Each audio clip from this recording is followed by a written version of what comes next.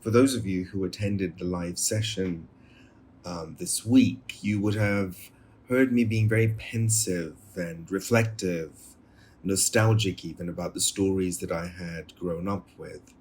Stories around mystic saints and courtesans, dancing girls, and um, those stories opened up lots of doors and lots of imaginary windows to peek out of and find meaning. Even though the mystic saints that I talked about lived centuries ago, I felt that they had a great deal of relevance in the life that I lived in the north of England. Um, and it's interesting how stories and memories, they sort of travel across time and they somehow still manage to be relevant. I wanted to think about how we look at the wider narrative, the bigger picture, or the larger story, and take out elements that affect us or influence us. And that reminded me of a technique in creative writing called blackout poetry. Now, blackout poetry is really about a play with language to create all sorts of meaning.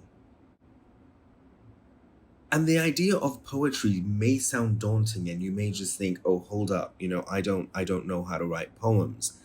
But actually you'd be surprised that by just choosing powerful words or words that resonate on a page, on an existing text, can actually um, really speak volumes to you.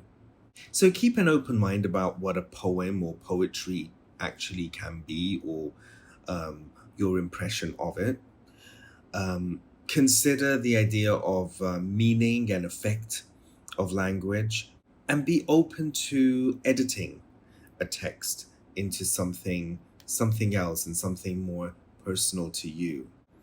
The whole idea of blackout poetry is really to play with existing text that you would find in a magazine, a newspaper, an old book, a photocopy of a page of a book that you might like. Um, it could be your own writing, or it could be somebody else's writing. There's multiple ways of finding the text to create, to extract your poem from. So, I'm going to take you through a step by step process of how to create a blackout poem. The first thing you really need to do is you need to scan the page. Look over a page very carefully and see which words or word stands out to you the most. Once you've done that, reread the whole page and look for any words that you maybe are drawn to more than others, or you could find a link with the very first word that you had chosen. I personally would just lightly circle with a pencil any word that stands out to you. But do avoid circling too many words in the same row. It's good to kind of keep an overall picture as well of where you're going to go with it visually, because remember, it is a visual poem. Some people are pretty comfortable just going straight in for it with a black marker or black pen, or even paint with a thin brush.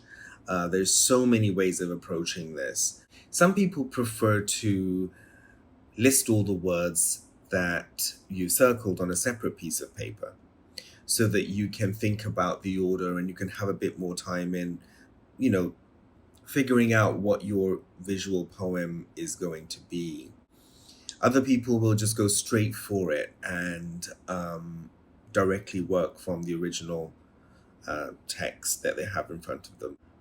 So there's really no kind of right way of approaching it. It just really depends on how you feel and how you react to this text. Remember, this is really about, this is kind of an art of appropriation. And appropriation basically is the idea of making something that's not yours your own, trying to give it a new light, or try to give it a new perspective or a new take on something that's been done before. Um, and appropriation isn't necessarily a bad word. There are connotations that you're kind of stealing from something, but you're also giving a new life to that text or those particular kind of words that you've chosen. Now, once you've done all of this, as in the selecting of the words, then there's the sort of creative part. Now, how are you going to decorate that page? Of course, you are blacking out, whether it's with a marker or ink. So you should really end up with a page which is completely black, and the only thing visible would be the selection of words that you've made. I've seen some amazing possibilities with blackout poem art, where there'll be illustrations, and if you like doodling, this is really the thing for you, because you can just doodle your way across so many different pages, and you would be able to sort of create some really beautiful illustrations and drawings over those black pages with maybe a silver pen or a white pen. um, some people have even looked at using acrylic paint and watercolor, depending on the paper itself, and how it responds to those materials. Certainly worth thinking about, if you want to kind of be more colorful with your blackout poetry. So lots of possibilities here.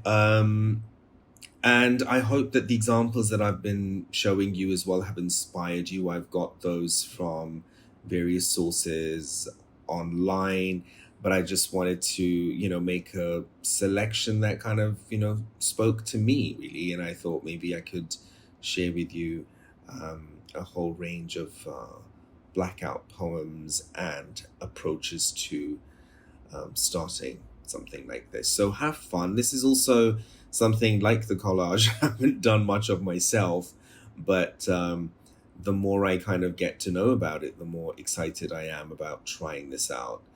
Some people have really even made full on journals with existing old books, picked them up from secondhand bookstores, and just created these really marvelous little diaries or journals where they've written poems um, through the whole book. So enjoy, and do share. We would love to see what you come up with. Now that we've talked about it, I think I'll give it a go myself. So, this is an extract of writing from one of my own publications.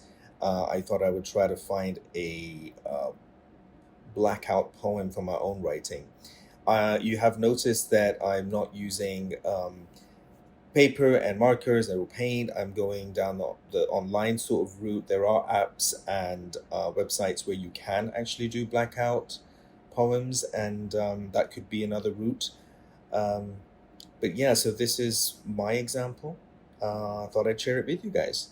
And once this is finished, then I can save this and put it into paint and, have a little doodle um, digitally over the image. Endless possibilities.